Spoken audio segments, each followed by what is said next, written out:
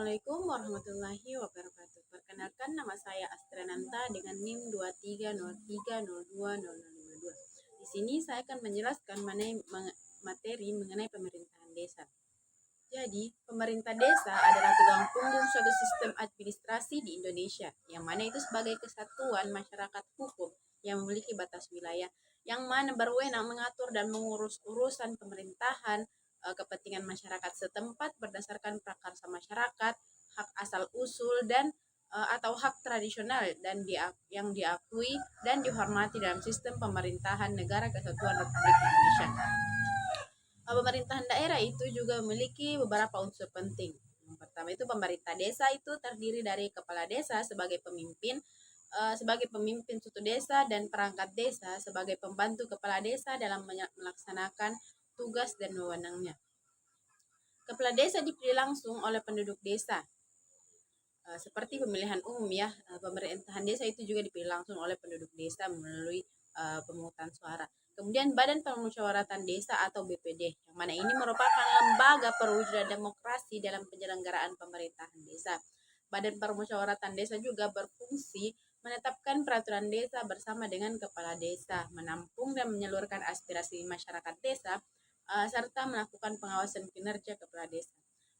Adapun ketika kita berbicara tentang pemerintahan desa, maka tidak jauh dari tugas dan wewenang utamanya, yang mana pemerintah desa itu memiliki tugas dan wewenang tertentu yang luas, yang mana itu meliputi penyelenggaraan pemerintahan desa, yang mana itu meliputi tata praja pemerintahan, penetapan peraturan desa, pembinaan masalah pertanahan, pembinaan ketentraman dan ketertiban masyarakat, serta pembinaan dan pengembangan kehidupan demokrasi.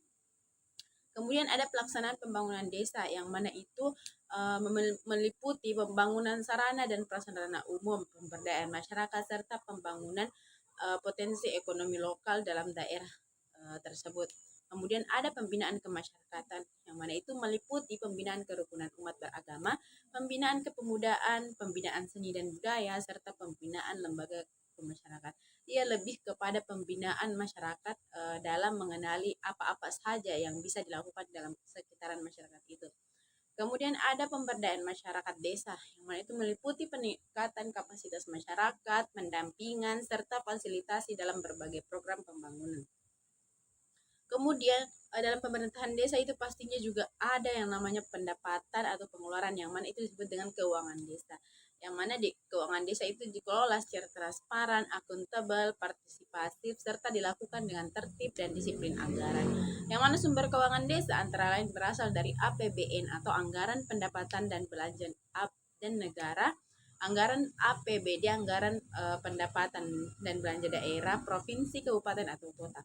Bagi hasil pajak dan retribusi daerah, alokasi dana desa, bantuan keuangan hibah, serta pendapatan asli desa.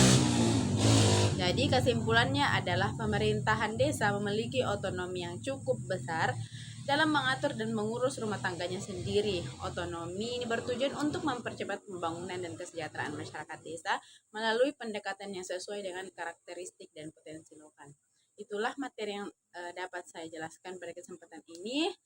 Kurang dan lebihnya mohon dimaafkan. Wassalamualaikum warahmatullahi wabarakatuh.